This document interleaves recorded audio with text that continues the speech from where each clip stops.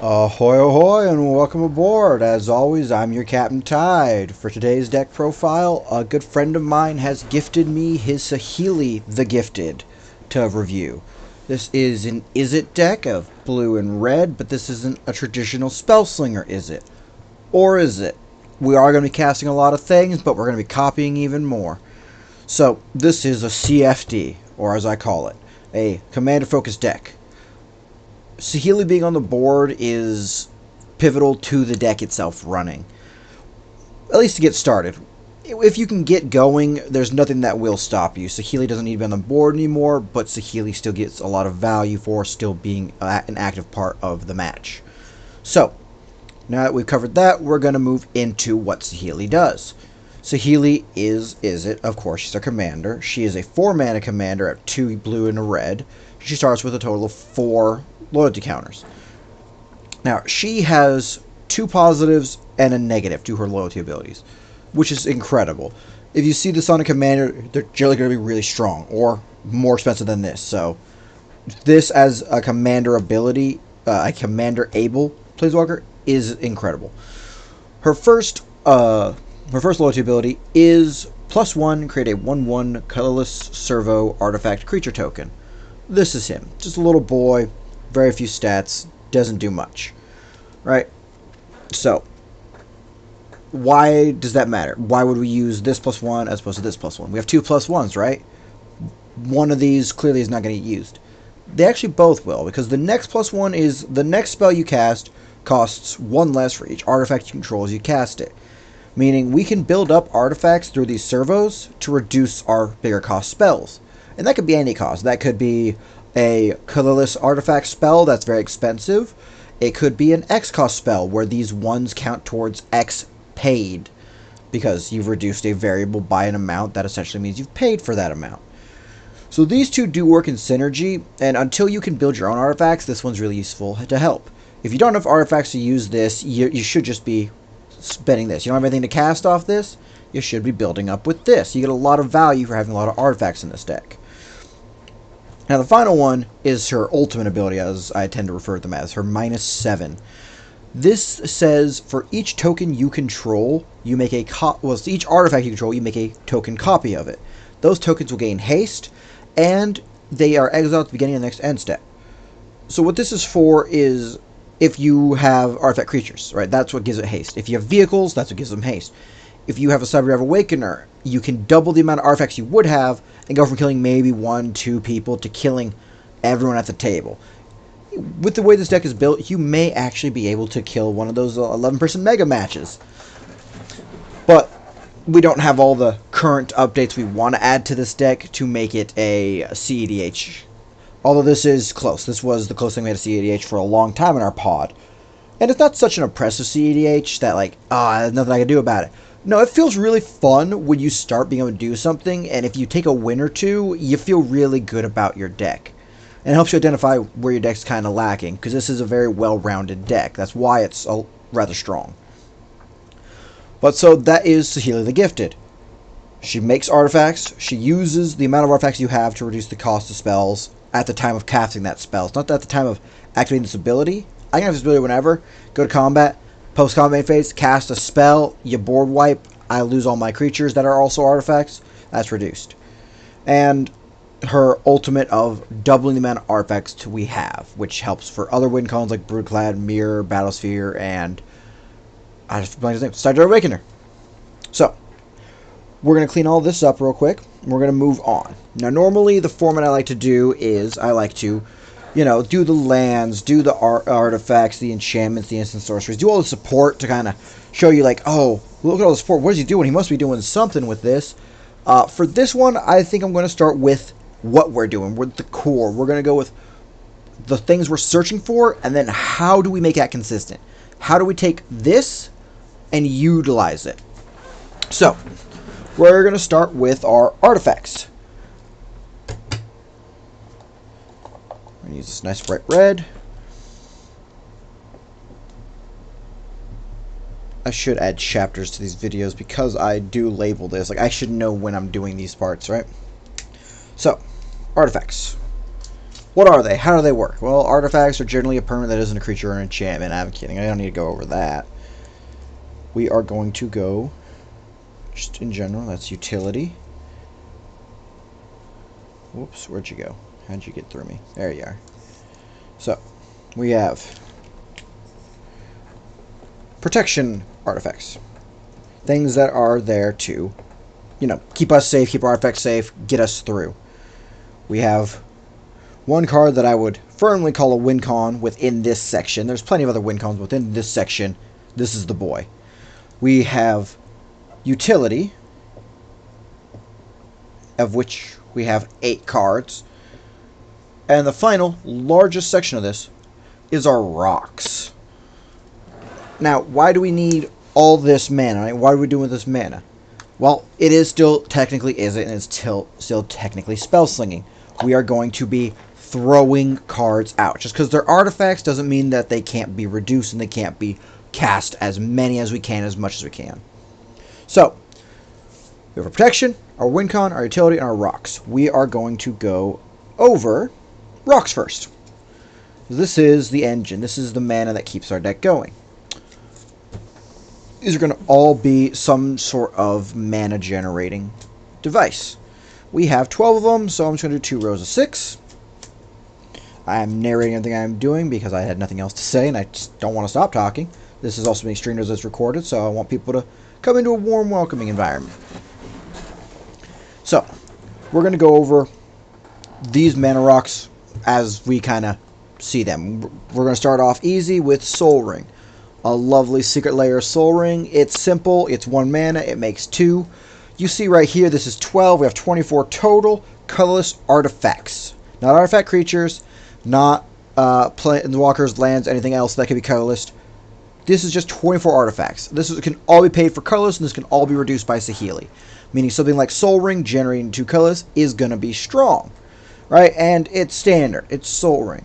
Some other standard ones you'll see in other decks are Command Sphere, a 3 mana artifact that will make you 1 mana of any color in your commander's identity. You can also sacrifice it to draw. This deck does have, I would not call it a small problem with draw, as there's a lot of search and cheating out in this deck from the deck. But for pure draw, this is a great card for this deck. We have the Siggets. Is it Sigget? Because that's the only 2 cards we have access to. 1 mana to make both blue and red. That's classic. And we are running Thought Vessel. 2 mana, makes 1 colorless. You have no max hand size. Now, I did say there's a problem with draw. Sometimes you could just stack a bunch of cards in your hand on accident, and you need to somehow deal with that. For the final of the basic, rather standard mana rocks you'll probably be used to seeing, Gilded Lotus. This 5 mana artifact taps for 3 mana of any 1 color. Now, I said those last, but there might be one more you're seeing. These aren't not basic, but I find them niche unless you're building around them. We're going to start first with Everflowing Chalice. It is a 0 mana artifact, meaning you don't have to reduce its cost. It will be free. But its true cost is in that multi-kicker. You have to pay 2. The Saheeli won't reduce that, because that's not the casting. This is an additional cost. You may pay. It is not a mandatory. But it kind of is to use it. You have to pay 2 mana increments. For each increment, you get a charge counter on it. Every charge counter allows us to tap for that many colorless mana. This deck, being a command-focused deck, will focus on a bit of proliferation. That's kind of why I say this is a common, yet unusual one. It's an uncommon mana rock. Because you don't have proliferation or large amounts of mana to kind of pump into this, you don't have a use for large amounts of colorless mana, you likely won't see Everflowing Chalice, even though it's showing up more and more in pre-constructeds. So, next is Mana Vault. Now, Mana... It's not Mana Cube. I forgot the other one. But Mana Vault. This is a 1 mana artifact. It will not untap during your untap step. At the beginning of your untap step, you may pay 4 mana to untap it. If it is tapped during your draw step, you take a damage. And it only taps for 3 mana. Meaning, when you play this, you're likely to only get 1 use out of it until this deck pops off. Like we covered, there's a lot of mana generation here. But this costs more than it makes, for now. Until we can get into some of this utility stuff that generates other free stuff and whatnot, this is going to be too expensive. Like a vault, once it's locked, it's staying locked, and you're going to be punished every time you try to access that. Now, for some specific Saheeli tech, well, not specific artifact tech, we'll be running the Moxes, generally considered 0 mana rocks that all have a condition to them that make them, worth the 0. Mox Tantalite will be the first one, as this is a suspend Mox. Suspend is a mechanic where you exile it from your hand for a cost, and you put counters on it. During each of your upkeeps, those counters are removed and reduced.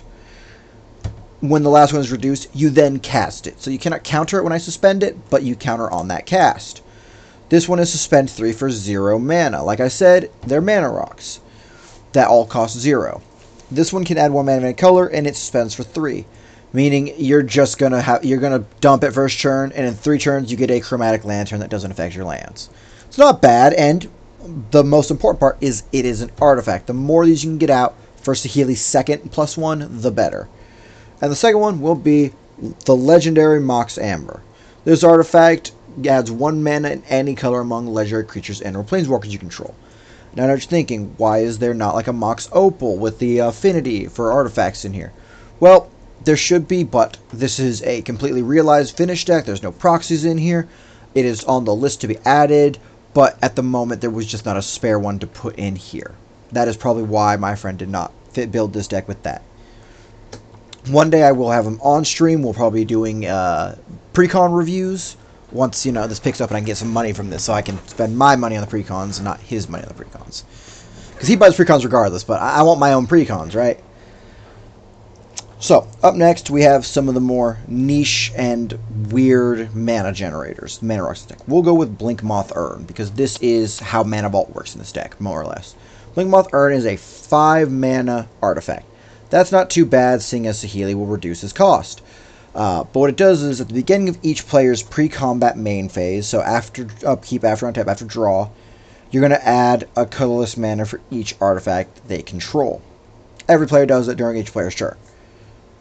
Well, the turn player does that every turn that is theirs. Now, this means that you won't be able to pay for Mana Vault with it, but Mana Vault, you're not going to lose that mana you spend on Mana Vault. All that colorless mana is coming back and more through Blinkmoth Urn. And 5 mana is cheaper through Saheeli's second +1 ability. That's going to be a kind of a theme. This is cheaper because of Saheeli's +1 ability. Why would I spend X mana for this? Well, because it costs 0 if Saheeli's playing right. Next will be Skyclave Relic, a 3 mana artifact with kicker of 3. This artifact is naturally indestructible, and if it was kicked, you create 2 tokens that are copies of it, meaning you'll get 3 of them for 6 mana. Not bad value, seeing as they each add 1 mana of any color and are indestructible. And with Saheeli, that's just paying that 3 kicker for 3 cards. 1 mana for 1 mana. Final one will be Empowered Autogenerator. Now, this is another one that, like Everflowing Chalice, you have to kind of be ready to build for. This is a counter-based mana generator. At 4 mana, it enters the battlefield tapped. It has the active ability of tap this card to put a charge counter on Empowered Autogenerator. You add X mana in any one color, where X is the number of charge counters on Empowered Autogenerator. So like the Everflowing Chalice, which is right here, it is based on counters. Once the counters are on it with Everflowing Chalice, they're on it. You can't change that. Proliferate. Proliferate will change that. But Empowered Autogenerator will slowly put more and more of its own counters on. But Proliferate will speed that up, allowing you to get more mana faster. And in one color isn't that bad. Like I said, where is it? We only have 2 colors to work with. This isn't one of our 3 color wedge decks. This is a 2 color. So moving on, we'll go into the 8 utility artifacts we have. Right, these provide support from reducing cost to giving flash. There's a lot of things that these will do. Now, there is plenty of things that we could do with this deck, and I'll go over that right now before we go into utilities. I'll go over a big one. I'm going to slide these to the side. We're going to grab these 2. Now, this should be in utilities. It's not. It's because he already had a lot of decks that did this, and Like me, we're similar in the way where I would get bored if I ran 12 decks that all just did the same combos over and over again. Isochron Scepter with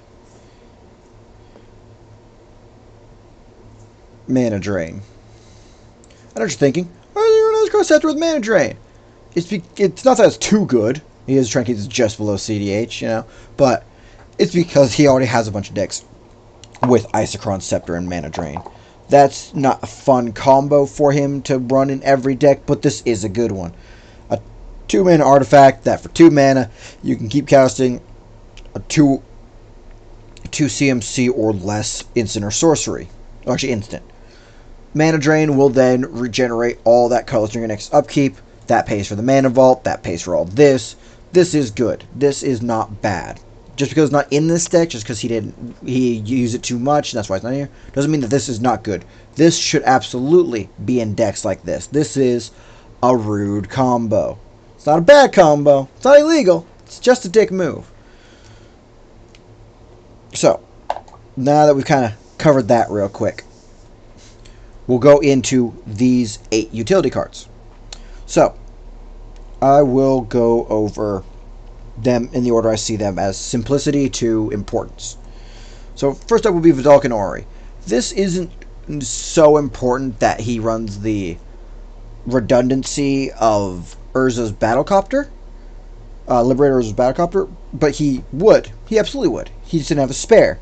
It's probably on the list of updates. This deck hasn't been updated yet with some of the newer stuff, so it is still a bit older, maybe 5-6 expansions back, but it is still a competitive deck. But Vidalcan Ori is a 4-mana artifact that lets you cast all spells as though you had Flash. Urza's Liberator will pretty much just do artifacts, which is fine. This is an artifact-focused deck, artifact creature-focused even. But giving everything Flash is super helpful when you're getting all this free mana and you don't know what to spend it on. You can spend it whenever you want it. You can dodge board wipes, you can dodge everything with it.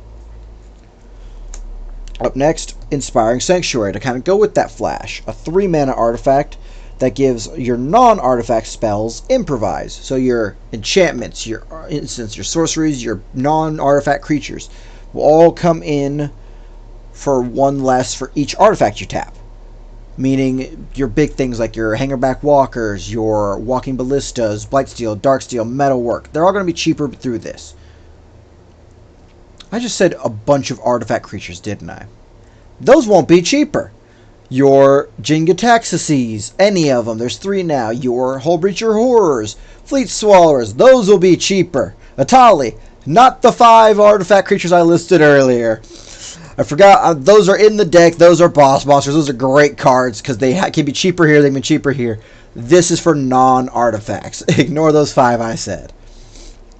So, up next we will do Unwinding Clock. Unwinding Clock's great. Like we've covered, we're using a lot of artifacts. These had them, this have them, these have them. There's a lot of activated abilities within artifacts. So the way you get the most out of your activated abilities without getting locked into it once per turn during your turn is Unwinding Clock. A 4-mana artifact that untaps all artifacts you control during each other player's untap step. Like a Seedborn Muse, but for your artifacts only. That being said, Seedborn Muse artifacts can work together with another card that we'll cover during the enchantment section. That should be in this deck, but once again, we're a little outdated. So, Unwinding Clock will allow you to untap all these. You don't have to pay for the Mana Vault untap if every upkeep you're untapping it on your opponent's upkeeps. Then you just leave it untapped on the last one, you have it for your upkeep. Your Empowered Auto Generators, your Mana Rocks, those are all going to untap. Creatures you swung with that are having the artifacts, they untap.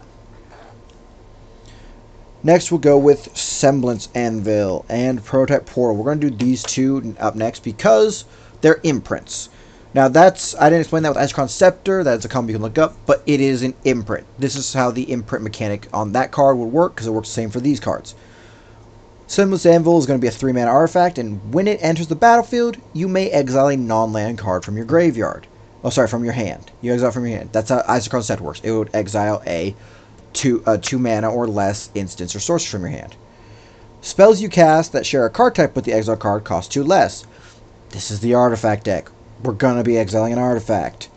Meaning that when we cast this, We can exile an artifact from our hand permanently. If this leaves, we don't get it back.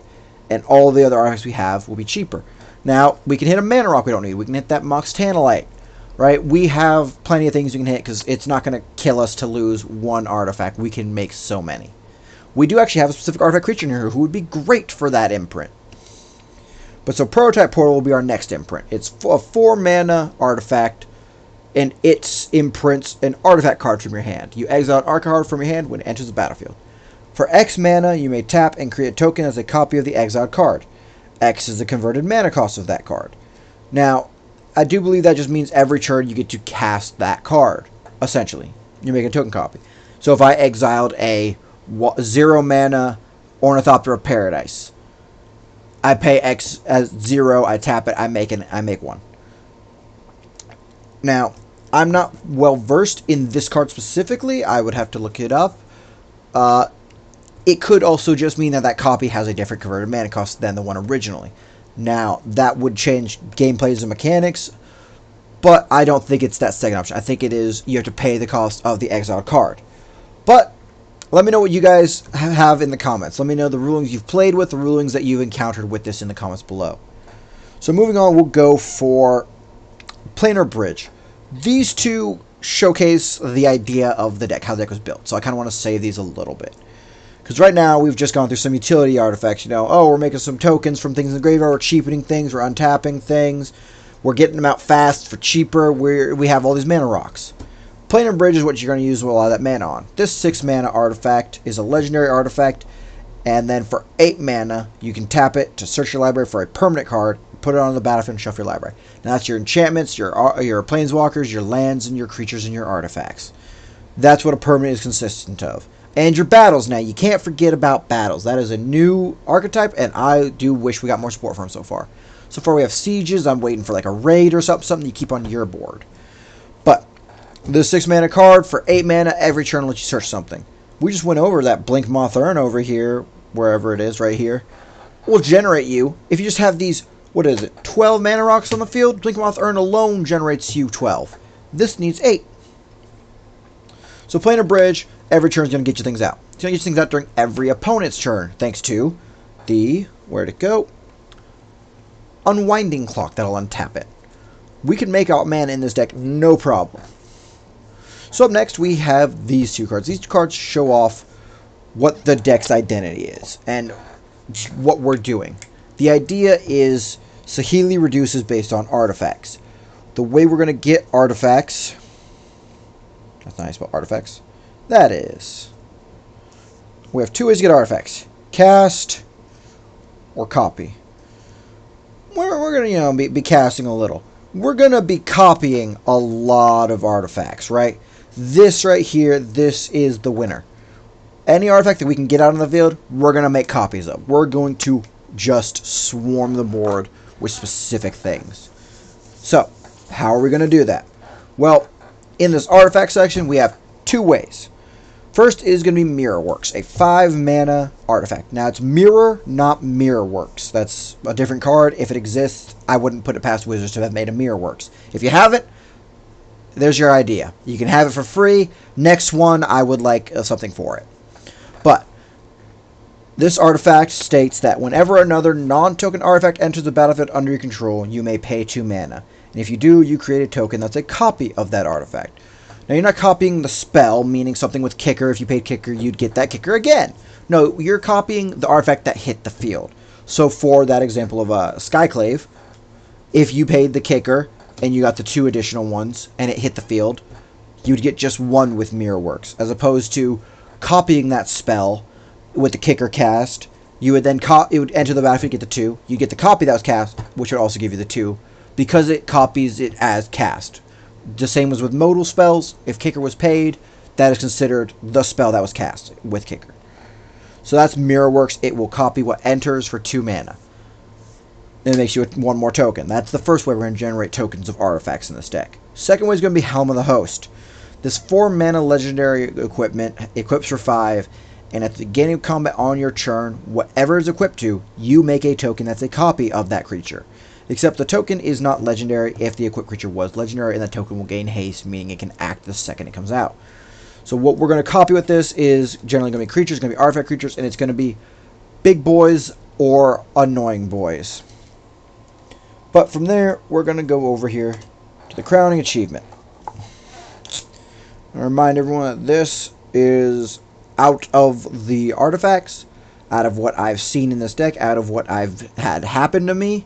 This here is going to be the win con of artifacts, of the artifact section alone. It is Mindslaver. Now, for those of you who are not familiar, who haven't seen content creators already making videos like cards I'd scoop to, you know what I'm talking about. I love his content. Don't remember his name. Bad with names. Mindslaver. It is a 6-mana legendary artifact, so you can't copy it very effectively without losing one, right? It has 4 mana to tap it to sacrifice Mindslaver, and you'll gain control of target player's next turn. Now, the interesting thing about copying legendaries is that state-based action. If I get out my Mindslaver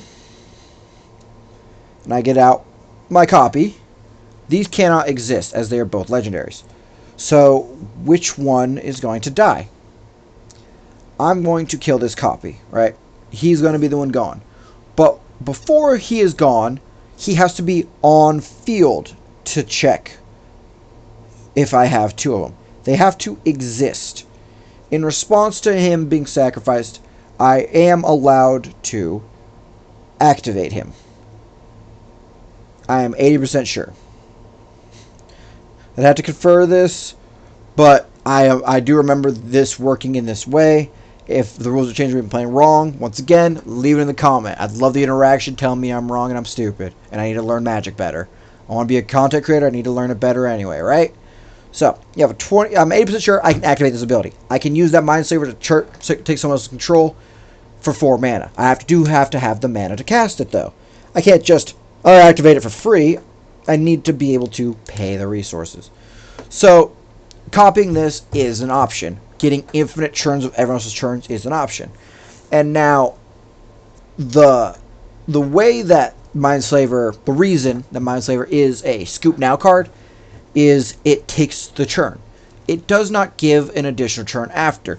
Something like Emrakul, when it takes the turn, it gives them an additional turn after. Mindslaver just says, mine. Your turn is mine, moving on. And that's why a lot of people don't like it. Because especially if you're running Mindslaver, you'd run it in a scenario like this, where you would take over everyone's turn. That is because it's not a social faux pas, it's not a dick move, it's not, God, you shouldn't have done that if you can win. Some people will be salty that you won through that way, that mostly just because they lost. They're not mad you won that way, they're just mad they didn't. If you win that way, I can't be mad personally. You did win. Now if you just did that and you had nowhere to go from there and you were just taking our turns to pass or wipe our boards and you had no way to win your deck, you built a deck specifically to make us quit instead of to beat us, that's the faux pas. That's the dick move. But doing something rude with an idea, with a plan to win, that is alright. So, moving on, we have our protections. These are designed to keep our creatures alive, our enchantments, our artifacts, anything we have alive and going. So, what are they? How do they protect? First up, we'll go for the classic. We got Swifties. Swiftfoot Boots is a 2-mana artifact equipment that equips for 1. The equipped creature gets hexproof and haste. This technically doesn't protect our enchantment, our artifacts as much. It does protect our artifact creatures, but really we have enough protection and hexproofing that this protection is redundant, but the haste is important. That's where this comes in. It's just under here instead of utility because it does first and foremost offer that hexproof. Now, my friend builds decks with a little more redundancy than I do. I like to have options and variety. He does too, absolutely, but he also has more decks than me, and he likes them to be more consistent than I do. You've seen my 29 land deck. Consistency isn't my priority. Jank is. So, up next, a bit of Jank. This is an interesting card that probably a lot of people haven't seen. It's a rather old card. It's Defense Grid. It's a 2-mana artifact that says each spell costs 3 more to cast except your controller's turn. Now this, because it is old, we're going to call it fair. Meaning that the older a card is, the less restrictive the targeting is. This targets, not targets, I don't feel like erasing right now, so I'm just going to cross it out. This affects everyone. And I mean everyone when I say everyone. It affects player A, player B, player C, and player D. That's us. We're always player D. We get a little star. Anytime it is not anyone's turn, spells cost 3 more. And so when we get to the instant sorceries, you'll notice that there is not many counters. Right? We didn't even have the Isochron Scepter infinite counter trick. It's because it would still cost more. That flash mechanic is gonna not work too well with this, but it's flash everything versus having one card on the field. These both are 1 card each and 99 cards that don't interact with each other. The crossover is very rare, and if you do have that situation where you have Defense Grid out first, you don't have your mana rocks, you could potentially just imprint your Vidalcan Ori. You have Vidalcan Ori out, you don't really want to cast Defense Grid, you don't have to. At any point, when it's not your turn, when it's come back to your turn after you cast something, you play Defense Grid. You slow everyone else down, and then you deal with it, because hopefully you've set up after all that. Right? You have the opportunity to set up whenever you want, because you can cast it whenever you want. And the final one is going to be this lovely card in... I can't read it! It is a Japanese print of Darksteel Forge. Now, this is a rather common one if you play around a lot of artifact decks, a lot of vehicle decks. If you're in that kind of pod, you got a lot of friends who, are the mechanics of the game. They like to play artificers and like to play, hot rods. You're going to know this card. For those of you who haven't seen this, are still looking into building, wanting to know cool cards for artifact decks, this is a great video to watch. We have artifacts. Darksteel Forge is a 9-mana artifact that gives all your artifacts indestructible. That's pretty much it. That's all it does. That's why it's in protection. That's why it is the boss monster protection, or the king artifact of protection. So, that's our 24 artifacts. We're going to pop out off that. Up next, we're going to go to the next core of this. We're going to go blue this time. Creatures.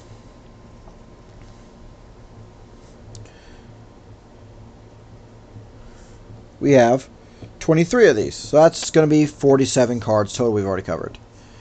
I'm going to put creatures in quotes because it's not just creatures. They're artifact creatures as well. What does that mean? Well, that means Saheeli gets to work off them. They count as artifacts, they count as creatures. That's why they're in here. They're artifacts. So, we have 2 separate piles. As always, of course. Why wouldn't we? We have 10 creatures, and we have 13 creatures. That just means that they're arties. They're just artifacts. Right, so I don't need to separate these, but I will. We're going to go to creatures later, because these creatures are technically going to be our utility creatures. They're going to kind of be supporting to what this happens. Most of these aren't going to be game-changing, game-winning. They're going to allow for what's in here to kind of shine. So like I said, we're starting with the core. We're starting with what matters, what's gonna pop, what's going to show them off. So we have 13 of these. I could do the space, but I want to talk with it at length. I might want to write notes down about these. We're just going to go into them. So first artifact creature will be Walking Ballista. Now, this may be a creature you are not used to seeing in actuality. Walking Ballista is an XX. Whoops. It's an XX00, right? Its power and its toughness are generally equal to counters. Are generally equal to the amount of 1/1 counters you can get on this big boy. How do you get them? Well, it gets X11s, where X equals XX, right? Technically, it's half XX. It can then generate more counters by paying 4 mana, put a +1/+1 on. And then it has the ability of remove a +1/+1. Ping any target. Now, what does all this mean and why I'm bringing this up? Well, like I said, you're not used to seeing this in its actuality. There's a couple ways you use Walking Ballista. My personal way I use it, it's not really my favorite. This is my favorite. The personal way I use it is with Agatha's Soul Cauldron and another source that can generate 1/1 counters.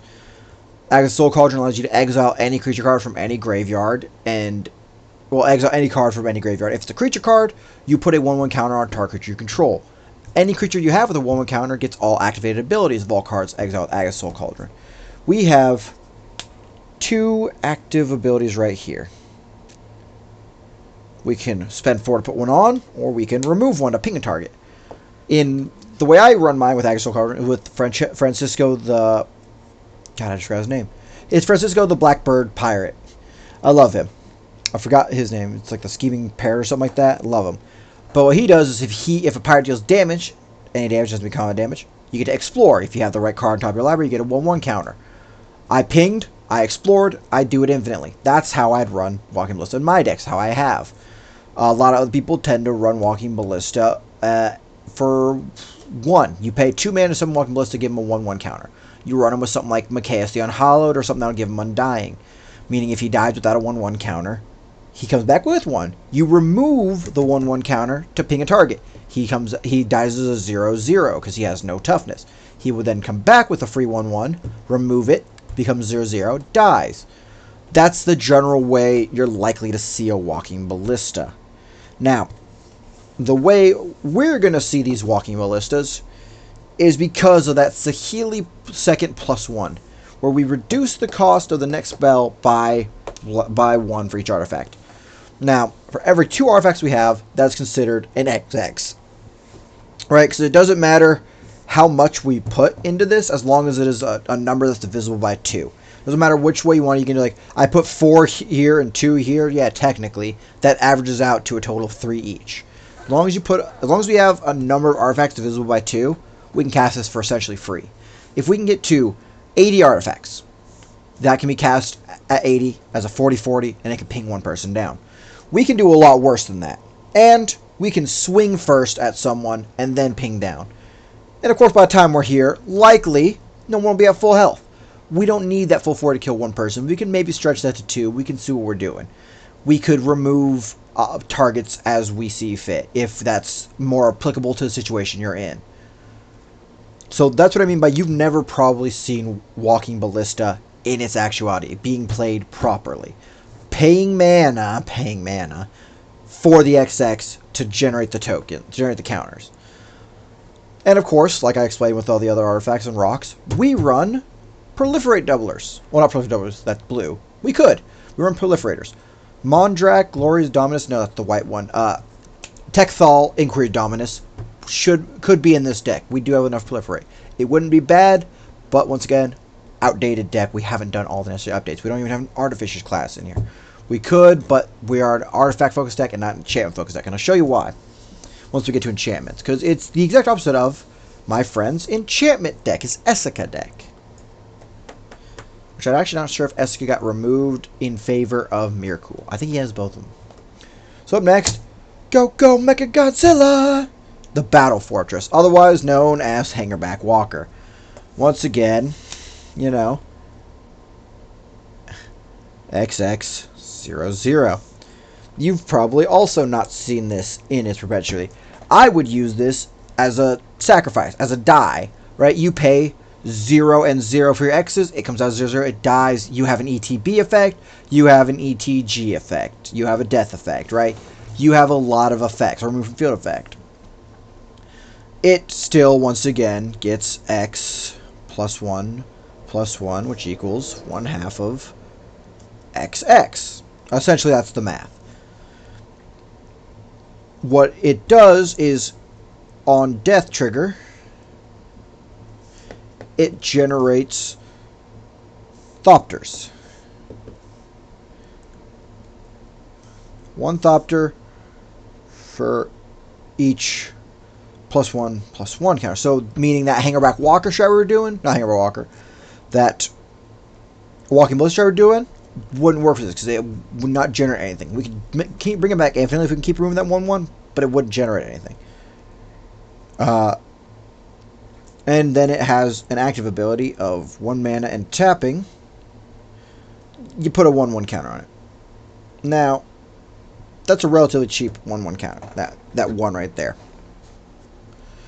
1 for that. What this is once again, we cheat this out. Big 40/40. We swing, we sacrifice, we do whatever we want with it. Whenever it dies, we get 40 Thopters. If we play this first and fast and hard and we proliferate and keep building it up, building up, building up, building up, building it up, by the time it dies and makes these tokens, we can use those on the reduction for this one. This is the one you want to spend first if you can. But once again, 99 cards, consistency is king. When we get down, we'll show you how we're going to search all these out, how we're going to get all these out. But I don't remember seeing them in here. If you wanted to, you could run the mages, Trophy Mage, Spell Stick Mage, all that. Some of these that search out cards with converted mana costs of 1 or less, 3 or less, because these are zeros. Double X is the same thing as double zero. As X is a variable, it could be any number, so it defaults to the lowest number when calculating for CMC. While being cast, it is the number provided. Meaning if I cast this at 5x, 5x, that's a 10 mana spell. So next we have anything you want it to be. It's Phyrexian Metamorph. 4 mana, potentially, artifact creature. It is 3 mana and a Phyrexian blue. Now, a Phyrexian mana means it is either, we're going to do the web, I like the web, blue, or 2 life. You can pay with either, not both. Why? Because you're just wasting things there. It is or. Now, it does explain on the card, but you can't really see the card here. I can explain it here for you. That's why we have this interactable format. Once again, let me know what you think about this format. I'm testing it out. You may have Phyrexian Metamorph enter the battlefield as a copy of any artifact or creature on the battlefield, except it is also an artifact in addition to the types. Meaning you can copy your creatures, you can copy your opponent's creatures, you can copy your opponent's artifacts or your artifacts. They have a color you don't have access to? This is that now. And it's an artifact. This is a very standard card to see in blue, and just because it's an artifact, that makes it even better because we are focusing on artifacts. Up next, once again, we have that Phyrexian blue, Spellskite. This is a 2 mana horror, artifact creature horror. It's 0/4, meaning it is solely here as not just a blocker, but a protector. It can attack. You can attack for 0, but do you want to attack for 0? Do you want to swing with this? No, you want to keep this alive as long as you can. Because the longer this is alive, the worse plays your opponents have to make. So what this does is, for that Phyrexian blue mana, you can change the target of a spell or ability to target Spellskite. Now that is anything. Your opponent giving one of their creatures a 1/1 counter, Spellskite. Your opponent bouncing your commander, Spellskite. Your opponent exiling your commander, Spellskite. Your opponent giving them a cookie, Spellskite. That is the point of Spellskite.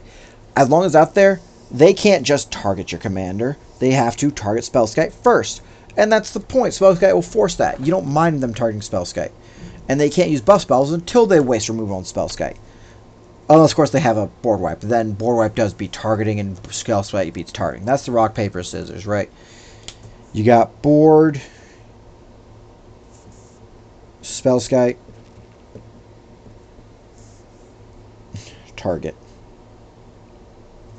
Rock, paper, scissors, right? I actually don't think targeting beats board. I think board just wins. Board wipe just beats everything. Like rock. Don't forget, rock is the best. So up next, the Colossus. Which one is this? You can't see the art. That's fine. I'm bringing it up. It is the Darksteel Colossus. This is one of the 3 artifact Colossus that we could be running. It is the only one running. Metalwork Colossus is great. It reduces cost by the amount of non-creature artifacts you control, meaning all these don't count. The artifacts we did earlier do count. But that's not necessary. We have Darksteel Colossus. Darksteel Colossus is an 11 mana, trample indestructible, 11/11 golem. If it would be put in the graveyard from anywhere, you reveal it and shuffle it into the owner's library instead. So Metal Colossus will come to the hand, this one goes back to the deck. But just this, not the whole graveyard. What is important about this and why we're running this and not Blightsteel Colossus is, while that is consistent, while that is CDH, while that is not a dick move because you did win, it would make it unfun. You are just holding until you lose. You are bailing water from a dinghy. 11/11 trample is hard to beat. The fact that infect has never been fixed or modified for commander at double health, 10 counters still hurting it. Would 21 infect counters like commander damage fix infect? Probably not. But it would make it more bearable. I don't know if it'd be tolerable, but it'd be more bearable. Having an 11/11 swing at you and you blocked 6 of it with your commander or your boss monster, you blocked 9 of it, you still took 2 infect counters. Now it just has to do 9 damage to you. Well, it has to do 8 damage to you, and you lose the game. You have to commit so much of your resources to beating a Blightsteel Colossus that you can't come back. You've lost the game. Because as you commit those resources, you just become weaker and weaker. You have to rebuild a board instead of doing your next play. Darksteel Colossus is kind of like that, but you can let that 11 through. You can let that 11 through up to 3 times. If you have healing, more. If you damage reduction, less. It won't kill you because it touched you. It'll hurt you real bad, though. So that's why he chose to red Darksteel Colossus as opposed to the Blightsteel Colossus. It just allows for more interaction. And I know the goal is to win, but at its foremost, Commander is a social format. And the real victory is enjoying your time and and not hating the fact that you went there. If you pay money to try to win the game, absolutely play Infect, go the highest you can. Try to go to Worlds, try to go to the regionals. That's what Naru was, or Naru. But if you're playing with your friends, you're playing casual, the real victory is that you enjoyed your time and you want to go back. That's the real victory with anything in life, chat. So moving on. Steel Hellkite, Dragon Boy. This is a card I've seen a lot in his decks. He loves dragons. Dragons is technically his main archetype. His deck, his identity deck, the one he has spent the most time on, the most love on, I will never show on this stream. It is such a cool concept of what people usually do with that deck, and I do love it, and I don't want to ever spoil its secrets. Maybe we'll put it on, if he joins Spell Table or set up a big camera over his table for our Imaginary, he'll play it, but it is such a cool deck that I will talk about and I'll tease you with it forever. You're going to have to sub, you're going to have to pay me money, you're going to have to give me 100 bits. $100 I'll do it. $100 and I'll do it. You can PayPal me, I got a tip thing set up. $100 and I'll show his cool deck. So anyway, Steel Hellcat. Card I'm used to seeing because it's a dragon, but it's also an artifact. This is a 6 mana creature that has 5/5 flying. Now it has 2 effects. First effect is 2 mana. You give it +1/+0 for turn. Until the end step, right? It's just 1 bigger, going from 5/5 to 6/5 to 7/5, right? That's sort of the idea behind that. You pay 2 mana, you make it a little bigger. Now, because it just says 2 mana, no tap, you can keep doing that. In one turn, as long as you have the mana from, say, Everflowing Chalice or Blink Moth Urn, you can just keep pumping and pumping and pumping and pumping, right? I'm not going to say it. My friend's going to watch the video. I'm not going to ruin this card for him. But there's a term for what this dragon does. His next ability, however, is the cool one. So while you can pump that infinitely, right? You can just keep going bigger and bigger and bigger.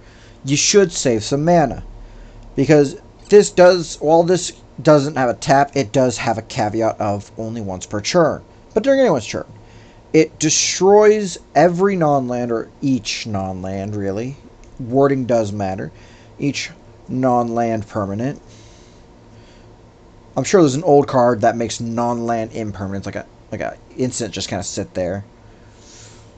Or technically the non-land impermanent would be anything on the stack when it's activating. Or anything below it's on the stack, really. Permanent would be destroyed if it has the converted mana cost, or CMC for short, of X. And if their controller was dealt damage. So, we don't have trample on this. We have flying. That's how it's supposed to hit. This buff doesn't really matter if it gets blocked because no trample. It does need to be combat damage, so you can't act as a Soul Cauldron or Walking Ballista onto it. Whoops, forgot the combat. I was just talking about it.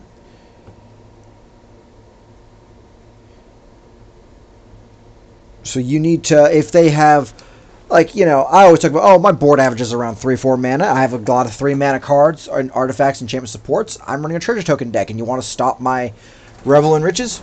You hit me for 5, you pump as much as you wanted to hurt me, you save 0 mana for treasure tokens specifically.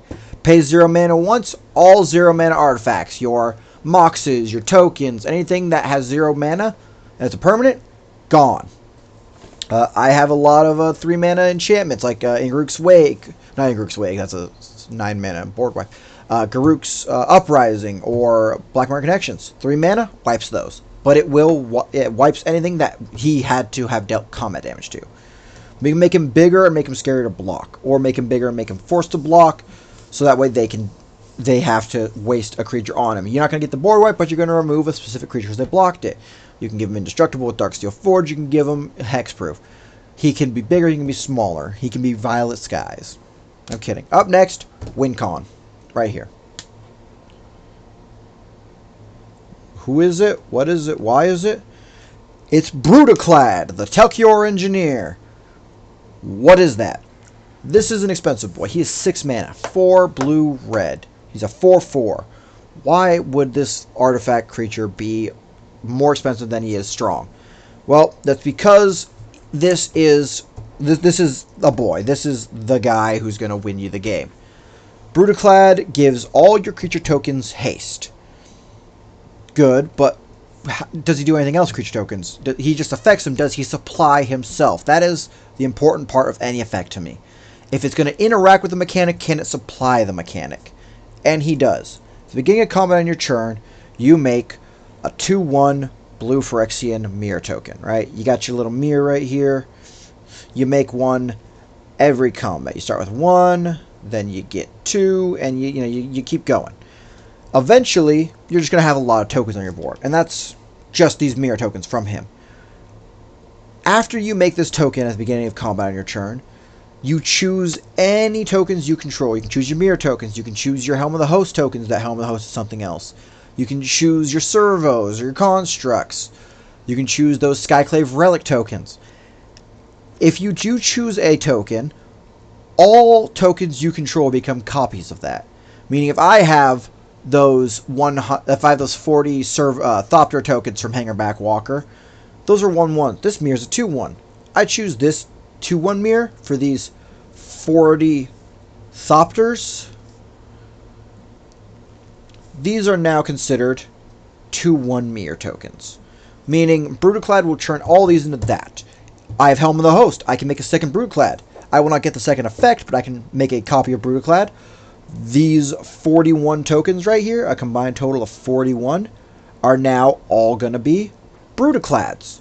That's where Brutaclad kind of becomes a win engine. This was the original way to win off of a lot of artifacts and a lot of artifact tokens before we got Cyberdrive Awakener in Kamigawa Neon Dynasty. Right? He was reprinted for the Phyrexian Wars because he is a Phyrexian Artificer. Brutaclad is a boy, and he is a fun one, slowly building a board, but if you have a board built, he becomes that much stronger. And what do you do with those tokens created? He gives them haste. He interacts with the mechanic, he supplies the mechanic. That is a consistent card. That, like our Saheeli, she interacts based on the amount of artifacts you have, and she'll make more artifacts with both of her plus abilities.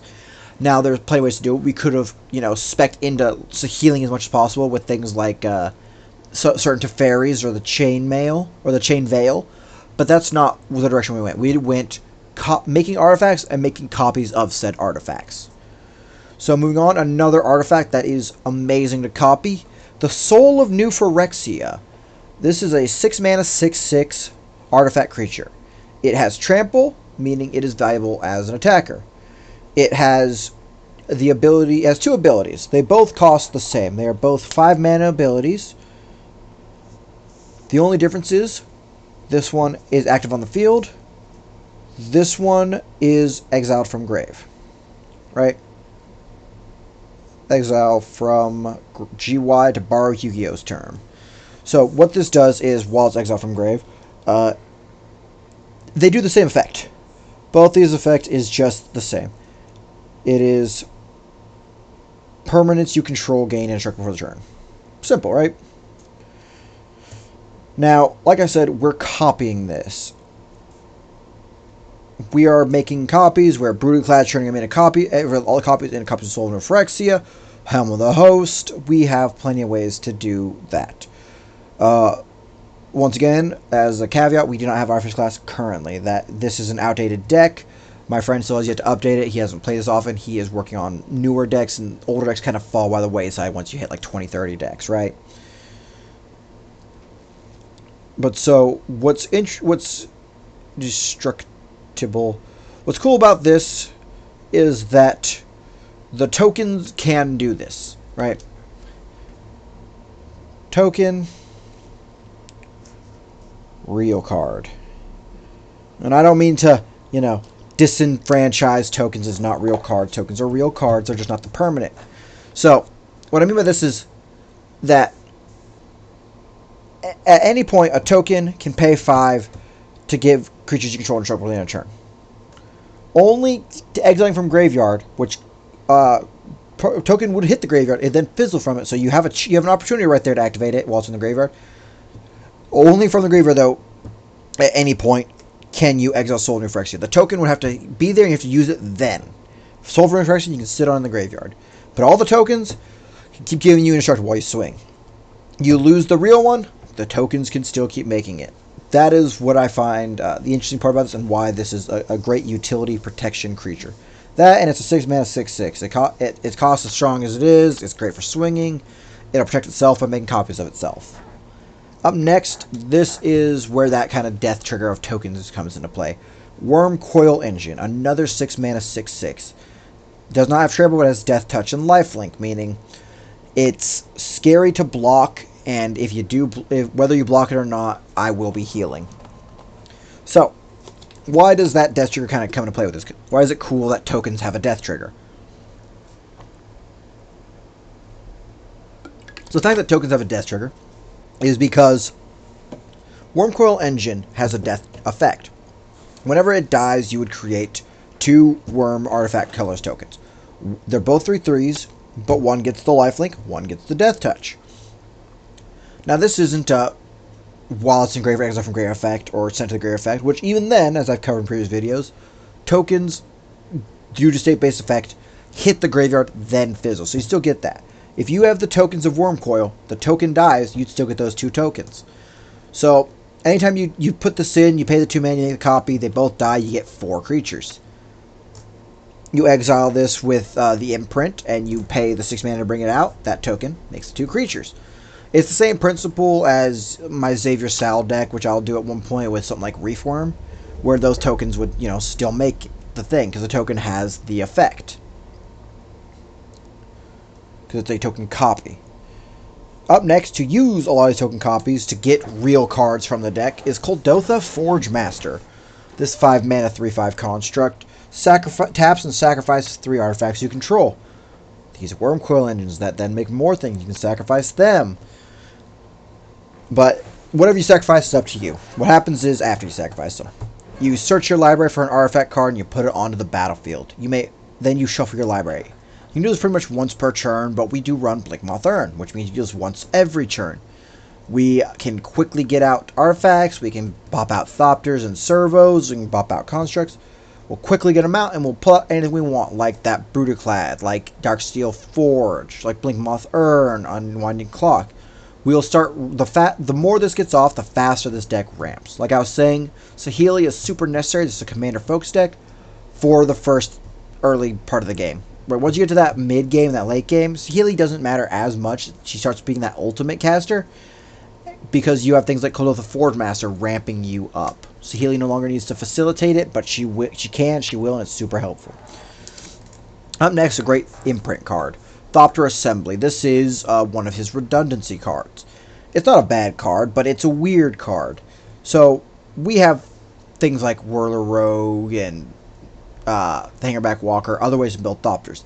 Thopter Assembly is a 6 mana 5/5 creature with flying that says, At the beginning of your upkeep, if you control no Thopters other than Thopter Assembly, you return Thopter Assembly to its owner's hand, and you create 5 1/1 colorless Thopter artifact creature tokens with flying. Now, this is the redundancy because we have all these other ways to do it. It doesn't work if we have it. This is an imprint card if you need to imprint something. But if you don't have those other cards, Saheeli can cheapen this as much as she can with whatever other artifacts you have. You play it, you wait a turn, you bounce it on that next turn in your hand, you have 5 more artifacts instead of 1 more artifact, so you're up +4. Saheeli would then cheapen the next thing by that much more, meaning you could play this again for free, or you could play something bigger and better and save this for later. Right, it's that comeback, it's that redundancy mechanic. So up next is another WinCon. This guy works great with, as we were talking about earlier, Brutaclad the Telchior Engine. So, I'm going to put him outside so we can just remember that he combos with this. Mirror Battlesphere is a 7-mana 4/7 artifact creature mirror construct. When it enters the battlefield, you get to make 4 1/1 mirror artifact creatures. You know 1/1 mirror. Get 4 of these bad boys down here. So, what happens is, whenever Mirror Battlesphere attacks, you may tap any amount of mirrors tokens you control. Of untapped mirror tokens you control, obviously. If you do, Mirror Battlesphere would then get +X+O, which in this case would be +4/+O. Until the end of the turn, and then you deal X damage, which in this case would once again be 4 to player or planeswalker is attacking. So if I'm people run planeswalkers in this deck. I don't really run planeswalkers too often. They are either a target or they do nothing. And sometimes I want that target to get them off my board, and I don't care if they do anything. I want them to target, protect my board. Sometimes I want to make my board scary enough that it protects my planeswalker, but it doesn't usually work. So the way that these combo is that Brutaclad I was talking about, where he makes all tokens a copy of anything. These are technically mirrors that he makes, but these are also definitely mirrors that work for Mirror Battlesphere. So when you make a bunch of tokens and copies and Thopters and whatever, you can make them all 1/1 mirror, and Mirror Battlesphere is able to tap those to make itself giant and swinging and kill one person. Off effect damage alone, even if you could block it. It doesn't have trample. So the final creature is that Cyberdrive Awakener, that new Brutaclad. It is a 6-mana blue artifact creature construct. Now, as we've gone through here, other than Brutaclad, we have not... Oh, actually, yeah, Brutaclad and Phyrexian Metamorph. And technically Spellskite. This down here, even though it's in the ability, the bulk text, it does technically give it a color identity. So we've had a total of 3 other colored artifacts in this deck. And not just artifact creatures, artifacts in general. It is a 6-mana blue 4/4 artifact creature construct. It has flying, and once again, it interacts with the mechanic. Other artifact creatures you control have flying. So, if this is one of my friend's strongest decks, how does it interact with that mechanic? Does it supply its own mechanic? It gives the artifact creatures you control flying. Well, it'll take all the artifacts you have when it enters the battlefield, and until the end of the turn, they'll all become, if they weren't already a creature, they will become a creature with base power toughness 4/4. Meaning your mana rocks will become 4/4s, your soul rings and all that 4/4s, your mind slavers, your Blinkmoth urns, your unwinding clocks, all it's 4/4. And what's even worse is with Saheeli the Gifted, her ultimate before you cast this will take all artifacts you control, creatures, non-creatures, anything, as long as it says artifact, and make a copy of it. Meaning you'll double your source, and then they'll all become creatures. Turning Cyberdrive Awakener from killing 1, maybe 2 people to killing everyone. So, that was 13 artifact creatures in this deck. We have 23 creatures. Let's go over the 20 creatures. These are more utility focused for the deck. So, Scrap Welder. Scrap Welder is a 3-mana red goblin artificer with 3/3. Its ability is to tap it and sacrifice an artifact with a mana value of X. You return a target artifact with mana value less than X from your graveyard to the battlefield. It would gain haste until the end of turn. So, to kind of summarize that, you sacrifice an artifact and you get something back that's cheaper from your graveyard. It cannot be the same one, because while you do pay, you sacrifice it as the cost, it has to be cheaper. So if I sacrifice this Mirror Battlesphere at 7, I could get Cyber Red Reckoner and Brutaclad, as they are cheaper, but Mere Battlesphere is not cheaper than 7, so I couldn't. But it kind of does staircase. I sacrifice a 7, I can get a 6 or a 5. I sacrifice a 6, I can get a 5. He's actually not a 5, he's a 6. I forgot about that. I always forget to calculate that. But that's kind of how it works. You always get something that is at least one tier lower, one tier of cost lower. Now, what's fun about this is tokens. Well, not tokens, but copy tokens. A copy token will copy the mana value, meaning if I have a Mere Battlesphere and a copy of Mere Battlesphere, I can sacrifice the copy of Mere Battlesphere to get out of Brutaclad. It still was worth 7 mana, and it was an artifact. It doesn't have to stay in the graveyard. Even though it fizzles, it still gets the value for Scrap Welder. So that's also kind of another reason why we decided to go, well, he decided to go not treasure, it's last video, decided to go tokens with this. Because the tokens can be sacrificed and have a value and can be used for all this. Up next is Hellcat Tyrant, a win con. Now, like I said in a lot of my other videos, I use Hellcat Tyrant. This 6 mana, 6/5 dragon is cool. It's a win con. It takes artifacts from your opponent if it hits, and it has trample, so it's a flying 6/5. It's probably going to hit. And if they deal flying, they probably won't be able to block enough damage. It'll hit once. At the beginning of your upkeep, if you control 20 more artifacts, you win the game. Now, that's really hard to win the game off of your opponent's artifacts, right? You can't control what deck they're playing if they are going to have a bunch of artifacts. If they can even get them out and they won't break by the time you play this. Having your own 20 artifacts is where Hellcat Tyrant shines, and that's what this deck does. So Hellcat Tyrant is a win con as long as you don't account for other people. I don't mean account for them like, oh, what if they destroy something? No, just don't worry about them doing anything. Like, what are they going to do? Don't worry about them in your calculations. It's all about you. It's all about you. Up next, Thopter Engineer. Once again, this thing will make a Thopter, kind of working against Thopter assembly. But this is a 3-mana human artificer. It's a 1/3, and it has the ETB effect of making a single Thopter token with flying. Why is it actually in here? Because it gives your other artifact creatures haste, which is great. You know, it interacts with the mechanic. It generates the mechanic. It just doesn't generate a lot or a consistent amount like other cards. But it still is a good redundancy to give haste. Because just because other cards give haste for their instant win cons, sometimes you want to play a little slower. Sometimes you have to play a little slower. Up next is not a win con, but it's a you don't win con. It's Vidalcan Humiliator. Now, for those of you who are into this kind of card, into this humiliation, it is a 4-mana blue Vidalcan Wizard with power 3, toughness 4. If you can, whenever it attacks, if you control 3 more artifacts, easy, creatures your opponents control lose all abilities and have base power and toughness 1/1 until the end of turn. Like an Overwhelming Splendor or something like that, your opponents are just gonna have mirror tokens. For, you know, a good example, for a themed example with this deck, they are going to be just, they're scuttled. No wind in their sails, holes in the bow, they're scuttled. There's nothing new. They can throw a bunch of 1/1s, but that's also kind of why we don't run Blightsteel Colossus, we run Darksteel instead. It would be too easy with that, and it'd be too unfun, and there'd be no interaction. The interaction in a casual format is what makes the game worth playing, in my opinion. I want to believe that as a shared sentiment in a lot of casual and content creation styles. So up next is Padim, Console of Innovation. This card is synonymous with blue and synonymous with artifacts. This is a legendary 4-mana Vidalcan Artificer. He is a 1/4, and he gives your artifacts hexproof.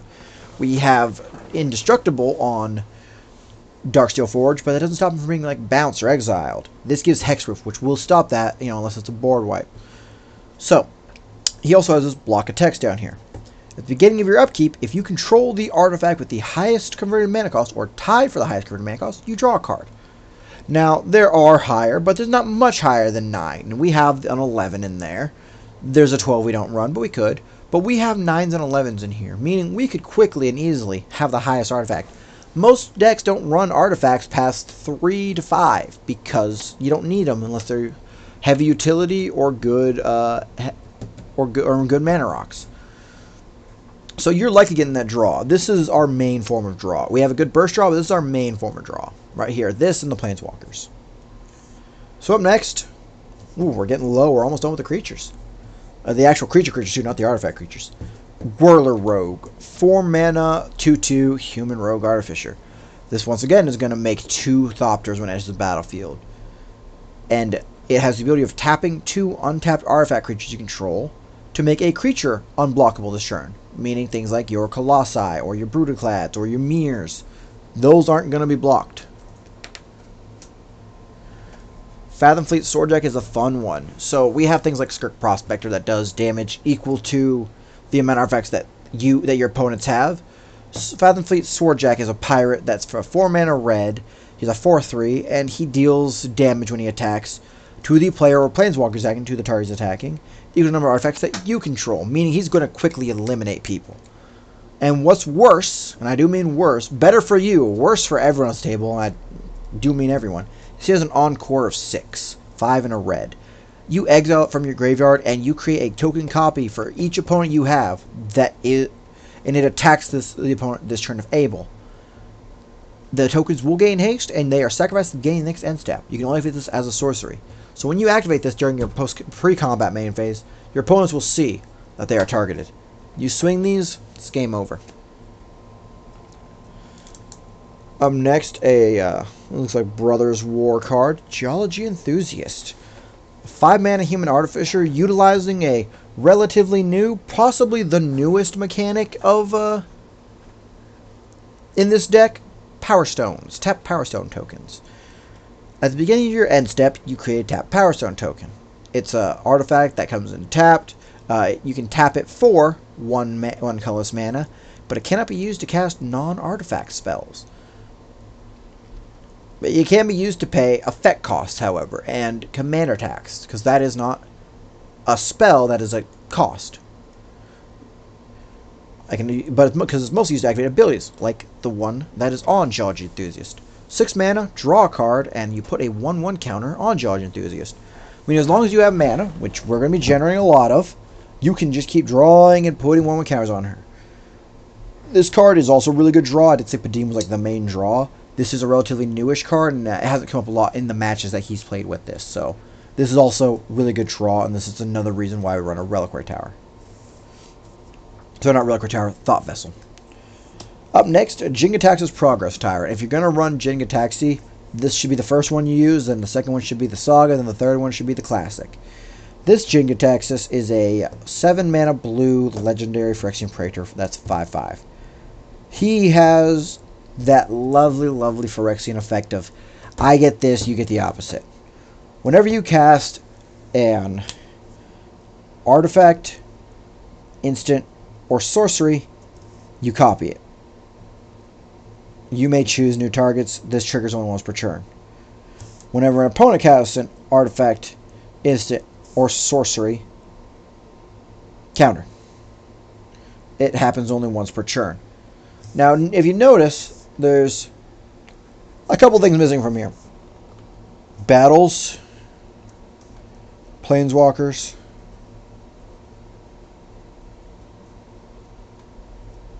creatures, enchantments.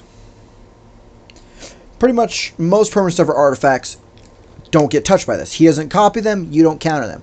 Meaning if you have a battle, a creature, a planeswalker, or an enchantment that will deal with that, this is how you remove it. You don't spend 2 sorceries to remove it. You remove it this way. Through the battles, the creatures, the planeswalkers, and the enchantments. And there's battles that can do it. Off the top of my head, Invasion of Fiorain, I do believe, the one that becomes Marquesa, that'll destroy all legendary creatures. For creatures, anything that bounces, explodes, takes control of anything you want. Planeswalkers can easily deal damage or remove. Enchantments, you have polymorphs and things like Oblivion Ring, right? You can remove it from the field or change it permanently, forever altering it, and everyone who knew it would never recognize it. But enough with the existentialism. Hellcat Igniter. This is the last card in the deck. It is a 7 mana red dragon at 5/5. It has flying and haste. It has the ability of 1 and a red. Hellcat Igniter gets XO to the end of turn, where X is the number of artifacts you control. This does not have a limiter to it. There's no tap, there's no activate on sorcery, activate on turn. You can make this thing almost infinitely big in this deck. This thing can be a monstrous menace.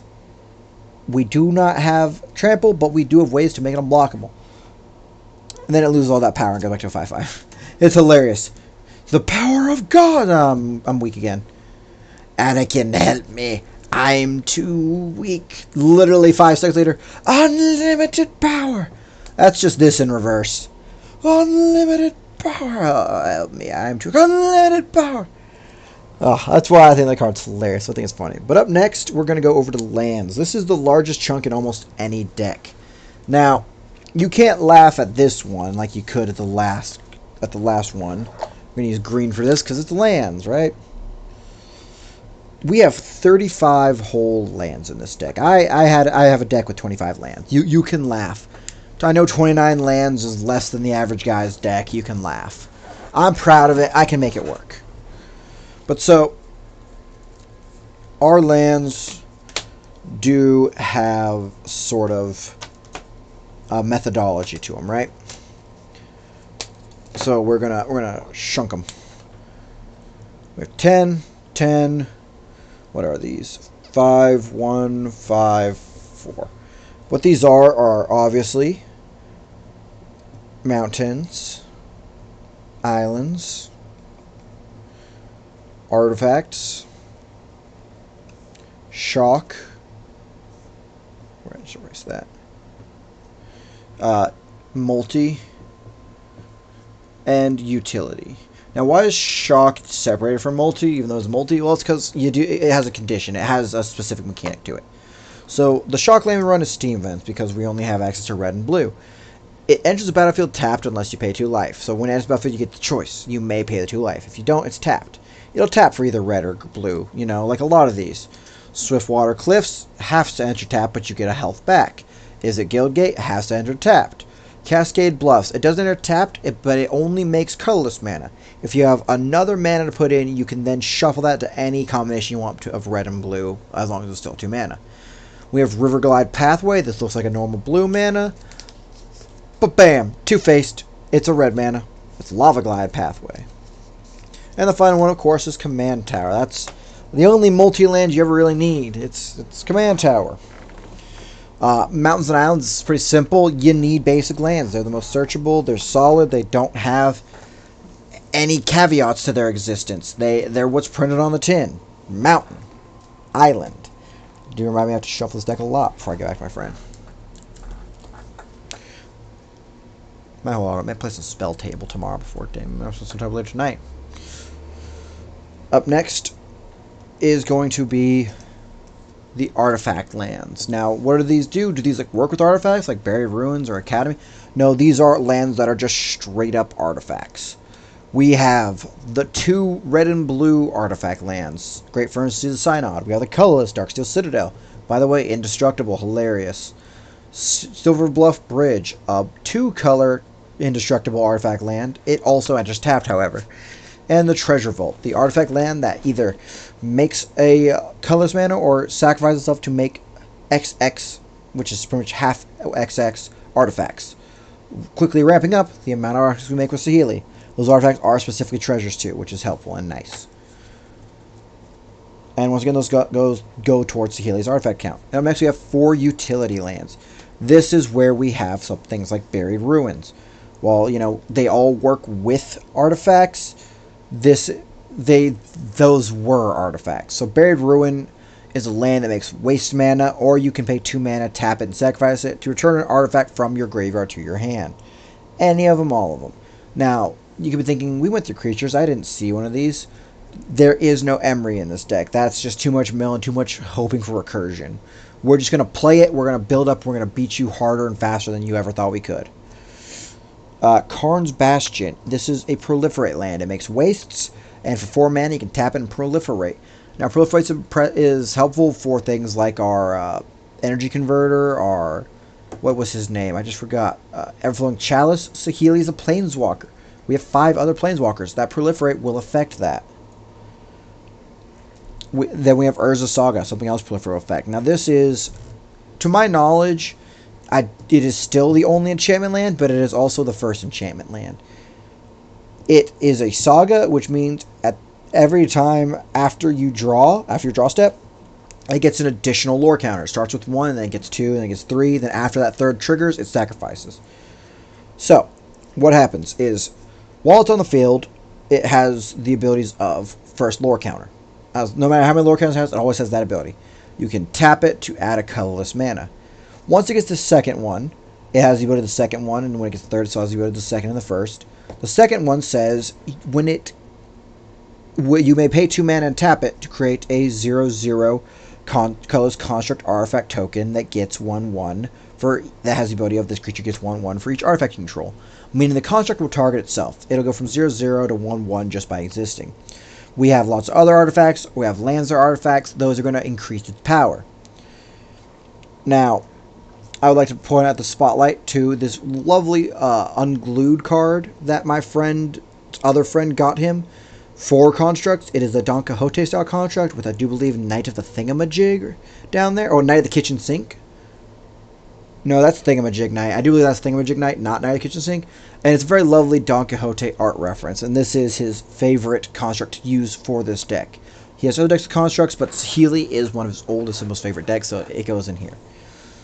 But so that's a little aside. Third effect, after you draw, you may search your library. Well, you have to search. After you draw, search your library for an artifact card with mana cost of 0 or 1. Put it on the battlefield, then shuffle. Now, suspend cards do have a 0, meaning that gets around that Mox Tantalite. We also run Mox Amber for that reason, Mana Vault, Soul Ring, and the like to search for that. But while that's happening, you do have the opportunity to Urza Saga. Untap, upkeep, pay it there, draw step, it happens. But you won't be able to make the mana. But you can get 2 constructs off Urza Saga. It's an enchantment. If you have ways to bring those back, you have ways to bring those back. However, there is a small fault with this, and that'll be later in enchantments, the last section and the small section we do. So the final one is actually a really cool card.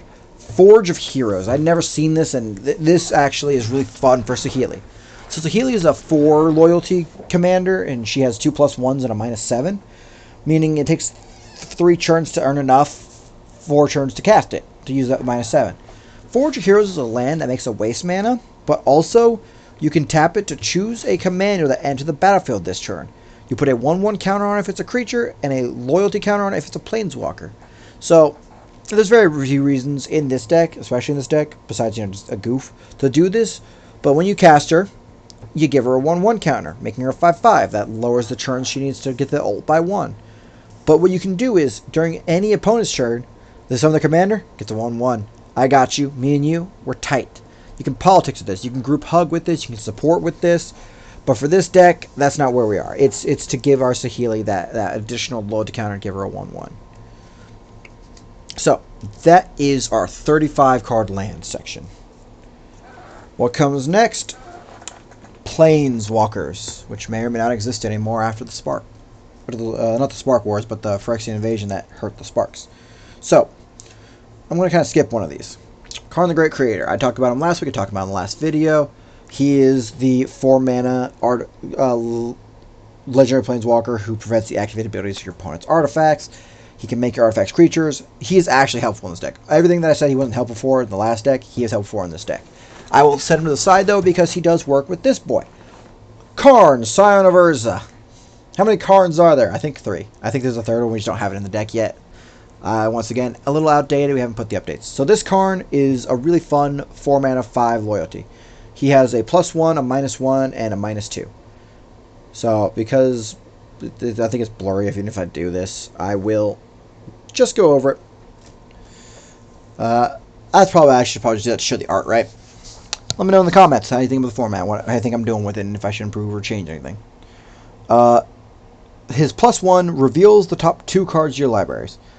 An opponent will choose one of them. That card is added to your hand. The other is exiled with a silver counter on it.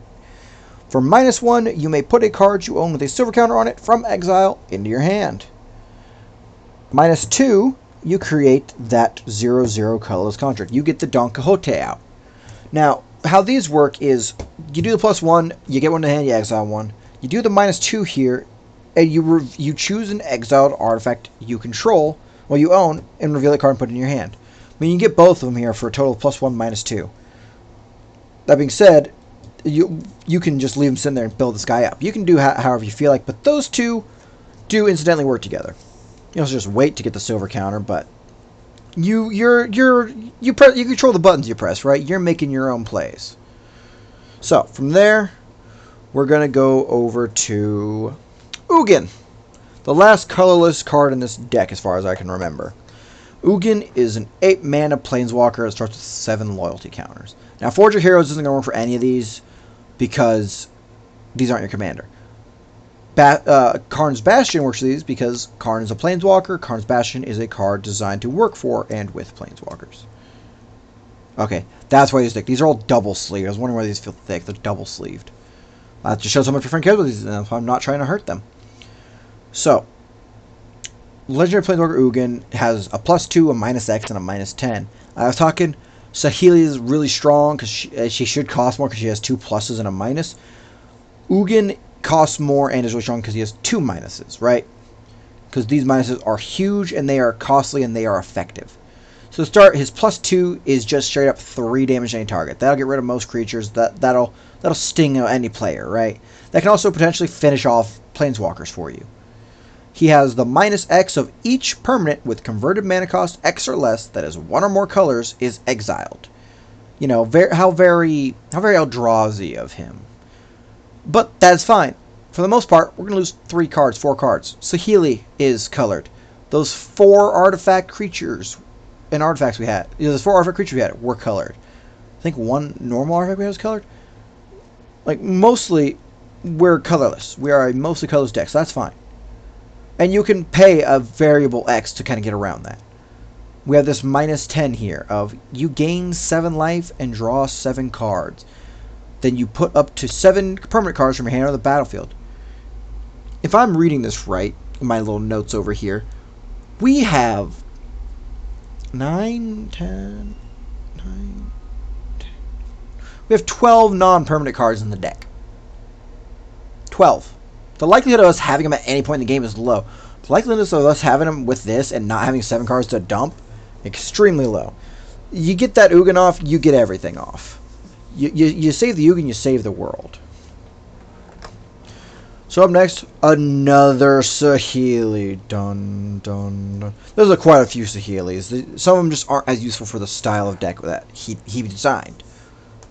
So, this Saheeli is once again a 4 mana. But instead of a 4 loyalty, she's a 3 loyalty. She has a plus, a minus, a minus. So we'll start from top to bottom. +1, you scry 1. You may tap an untapped artifact you control, and if you do, you draw a card. Pretty much meaning you just get to draw one. You get to see what you draw, and if you don't like it, you get to try for something different. It's nice. Her -2 is you create 2 1/1 colorless Thopter artifact creature tokens with flying. They gain haste until the end of turn. Meaning you're going to start stacking up more artifacts for this other Saheeli's +1 of reducing the cost of the next spell you cast by the amount of artifacts you control when it is cast. And her final -4, which starts at 3, you can get up to that 4 quickly, but you don't want to kill her because it's very important. These emblems can stack. All emblems can pretty much stack. You get an emblem with artifact creatures you control get 1/1, and artifact spells you cast cost 1 less to cast. Now, emblem stacking doesn't really matter too much because most emblem abilities are super expensive. Some people like Chandra, however, have cheap emblems that are pluses because that's the whole point. You stack emblems that do damage. This stacks emblems that buff your artifact creatures and reduce the casting cost of your artifacts. And the final is your boy Doretti the Scrap Savant. I kind of want to see a new Doretti. I think we have 2 of them. I want to see another one. He has a 4 mana, 3 loyalty counter. Potentially could be your commander, but we want 2 colors, not 1. His first ability is +2. Discard up to 2 cards in your hand, and then you draw that many cards. You can +2 and discard 0, draw 0. Discard 1, draw 1. Discard 2, draw 2. That's pretty much all your 3 options. You can't mix and match. Discard 2, draw 1. That makes no sense. I mean, Madness deck. But his next ability is a -2. You get an emblem with whenever an artifact is put into your graveyard from the battlefield. Return that card to the battlefield at the beginning of your next end step. So, that is his -10. I misread him. Ignore that. We'll go back over a second and we'll actually talk about that. -2. Sacrifice an artifact. If you do, return target artifact card from your graveyard to the battlefield. So, what does that mean? Any artifact you want, your tokens, your creatures, your servos, your thopters, your treasures, your copies of creatures, You sacrifice that, bring any artifact back from your graveyard, creature or not, to the battlefield. That's super helpful. You can just play him to use that immediately, and if he dies, he dies. You got your recursion. So that minus 10. It's the emblem effect that I kind of covered really quickly and told you to ignore.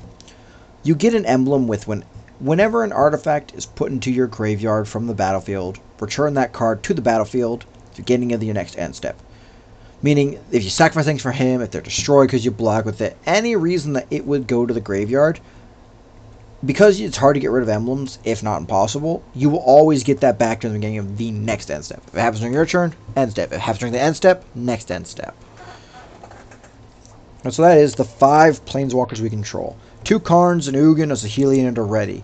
Otherwise known as 2 pair. So we got the Saheeli over here.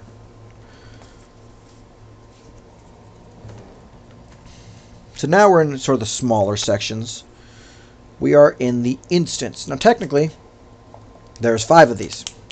Technically, there could be 6. Because one of them is a dual card. It could be either. So we'll say 5.5. Wink, wink. So here we go. First up, I think I'd like to start with the half. It is expansion and explosion.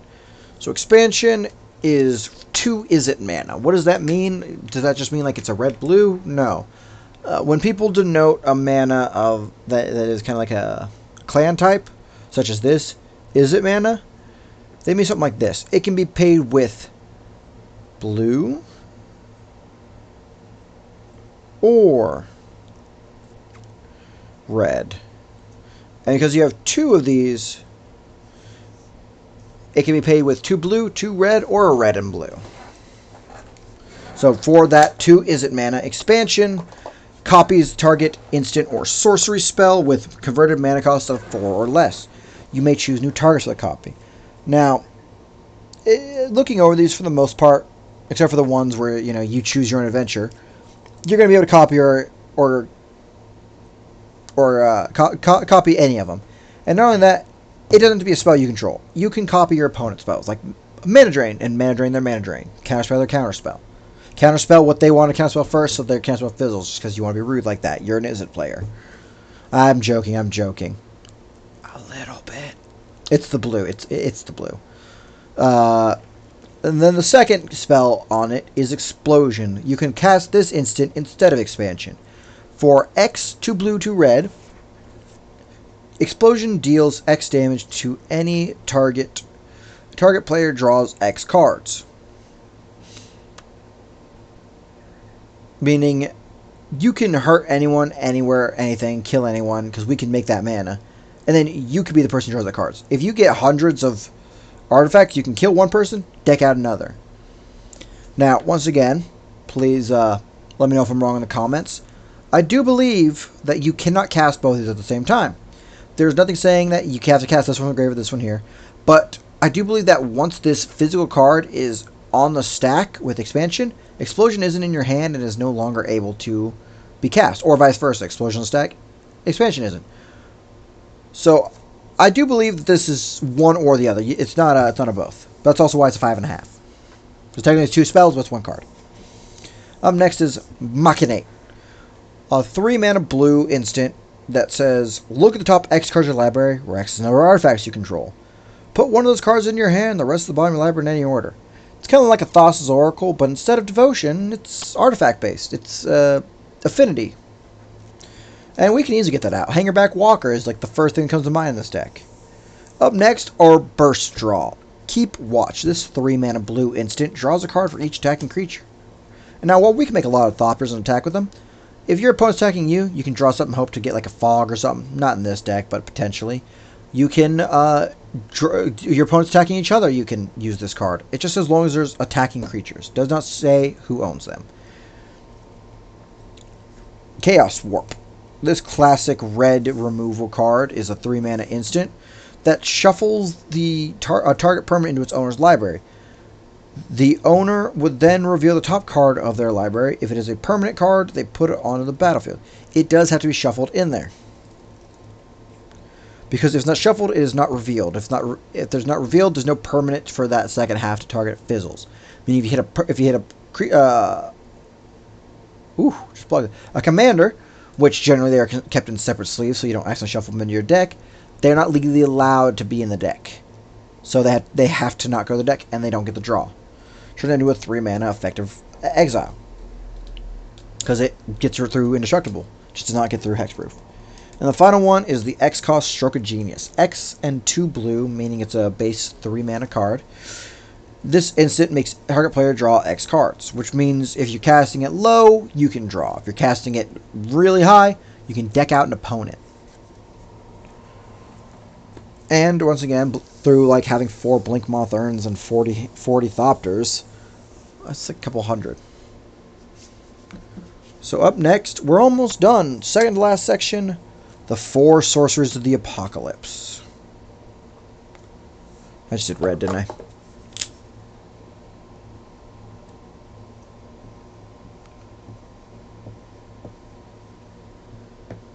I don't know, chat. What do you think? Should I smash cut these videos? Should I learn to edit these videos so I can just smash cut to the next section? You don't see me writing everything down, or do you kind of like watching me write? Is it ASMR? It's not. You can't hear it. You get my fan in the background anyway. So none of these can be copied by that Electrocute or whatever it was. But these are it. Also, if you notice, we didn't have a Cyclonic Rift. It's not they didn't have one. He didn't feel like one needed. The closest we have is Aether Gale, a 5-mana sorcery that returns 6 target non-land permanents to their owner's hands. Yours or theirs. If you want ETB effects like Master Transmuter, which we also do not run in this deck as we did not need it. Because Saheeli can reduce the cost of anything enough, we don't really need to cheat things out. We have Saheeli's Artistry. This 6-mana blue sorcery is a modal effect. You choose one or both as you cast it. Which means when you copy the modes cast, either one or both. The first mode is create a token that's a copy of target artifact. The second is to create a token that's a copy of target creature, except it is an artifact in addition to the types. Meaning you can copy, technically you can copy the same thing if it's an artifact creature, because it's not, say, a non-creature artifact or a non-artifact creature. Meaning you can get like 3 copies of Darksteel Colossus, it's no big deal. Then we have Indomitable Creativity. This 3-mana red X spell cost. All red pips, but this isn't one of my decks. This is my friend's deck. He does not have the mana problems. It's still harder to cast, but it's also a dual color spell. Dual color deck, so it's not crazy. You destroy X target artifacts and or creatures. For each permanent destroyed this way, its controller reveals cards from the top of his or her library until an artifact or creature card is revealed and exiles that card. Those players may then put the exile cards on the battlefield and shuffle their library. So you could, in a pinch, remove something that your opponents have and hope that that's the core of their deck, the best part of their deck, and that what they get won't be worse or won't help them bring it back. Or you can break your own tokens of artifacts and creatures and get yourself even more. That's the main idea behind Indomitable Creativity. You hurt yourself to get the creative juices flowing. Up next is Saheeli's Directive. I'm going to get a drink after this one. We only have 3 more cards after this, but I still need a little drink. So Saheeli's Directive is, once again, a 3-mana red X spell. With Improvise, meaning each artifact you tap after you're done activating mana abilities pays for 1. Saheeli's Reduction does pay for that X. If X is a variable and X could just be, whatever, X minus 1, like X being 1 cheaper, is the same as, X equaling 1. It's the same as X equaling paying 1. I paid 1. If X's cost reduced by 1, it's 1. Because this could have been, I could have chosen that. Oh, I chose that X to be 1. Well, this reduces by 1. Cool, same thing. So this can quickly go wild with Improvise and Saheeli's ability. You reveal the top X cards of your library. You may put any number of artifact cards with converted mana costs X or less from among them onto the battlefield. Then put all the cards revealed this way that weren't put on the battlefield in your graveyard. Meaning that any permanent you hit, pretty much, is going to go on the battlefield. Any permanent. Because we run a majority of our cards as artifacts / artifact creatures. If we can hit 99 cards, but the rest of the cards are going to the graveyard. So we got to be able to win after that. Which we do. We have ways to give artifact creatures haste and whatnot. So, we're going to go over to enchantments real quick. Because that's sorceries, that's it. There is this an enchantment that we should be running. I'm going to go purple for this because it's the last section. I like the purple. There's a enchantment we should be running. I don't know if there's a plan to run it or what, because there could be a plan not to run it. And I'll go over that when we get there. But Encroaching Mycosynth, a card I talk about often. This deck would love it, especially with that card, Saheeli's Directive. Getting us all those artifacts, meaning all our non-land permanents would be artifacts, or enchantments, or planeswalkers, all that would be considered an enchantment. There's one specific enchantment that he runs. I love it. It's the opposite of the one he runs for his Estrid Mass Invocation deck.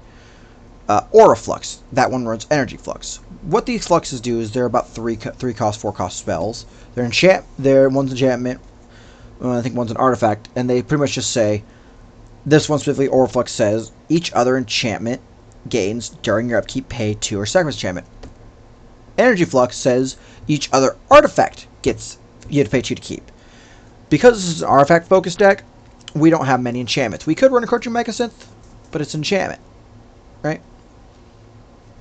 It might actually turn itself into an artifact, but it would be an enchantment and an artifact, so you still have to pay it, which means you'd have to pay to keep it going if you wanted that effect. And it's not really that worth it to pay that too for that, because Aura Flux will shut down so many decks. Like in the Estrid deck, being an enchantment focused deck, Energy Flux shuts down so many decks, Mana Rocks. So that's where Aura Flux is, and that's why we might not get an Encroaching Mycosynth into this deck. Up next is One with the Multiverse, an 8-mana enchantment that Saheeli can reduce to 2 at the lowest. It's a library card, like what is his name? The Reality Chip, or Course of Crufix. You look at the top card library at any time. You may play lands and cast spells from the top of your library. Once during each of your turns, you may cast a spell from your hand or the top of your library without paying its mana cost. That's the trick to this one. That one free cast to get something big out or something important out, and then you can do more after. And finally, we have Storm the Vault, a transformation card that I do enjoy. I have my Treasure Token Focus Pirates. It runs this. The red-blue legendary enchantment says whenever one or more creatures you control deal combat damage to a player, create a colorless treasure artifact token with tap, sacrifice this artifact, add 1 mana, and your mana pool. You see my decks, my videos. You know I talk about treasures often. You should know what treasures do by now if you've subscribed to me and watched me a lot. By the way, thank you for subscribing to me and watching me. If you did, if you haven't already, please do follow me on Twitch. I try to do at least 1 deck profile a week. Try to do some spell table content, playing online. All in all, that's where that is. That's my plug. So thank you for listening to that. Storm the Vault can make at most 6 treasure tokens. It can make at least 1. How does it make 6? Double strike. If you can hit all 3 of your opponents, double strike, that's 2 instances of combat damage to each opponent. That's 6 instances of combat damage to an opponent, meaning you get 6 treasure tokens. At the beginning of your end step, if you control 5 or more artifacts at all, which is why it generates these artifacts, you transform it. So this is pretty much going to transform the turn you play it in this style of deck. What happens is it becomes the Vault of Catlacan. It adds 1 mana of any color to your mana pool, or it adds blue to your mana pool for each artifact you control. Which is how we pay for those X's and all those other big costs and multi-kickers. Because we run so many artifacts and blue is such an integral color in this deck, we only have 2 colors, we can quickly, utilize all that blue. But so, that was the Saheeli deck profile. Once again, I am trying out this new format, so please do let me know in the chat, let me know in the comments below how you like it. If you haven't already, once again, please like, comment, and subscribe. I do appreciate all the views and all the comments and interaction I get. Please comment if you think I got anything down wrong. Any interaction is great interaction at this point in my career, as I'm trying to, make it a career. As always, I've been your Captain Tide. Thank you for joining me on this voyage. Before you depart, always remember, hoist your colors high and fly with pride. Thank you for watching.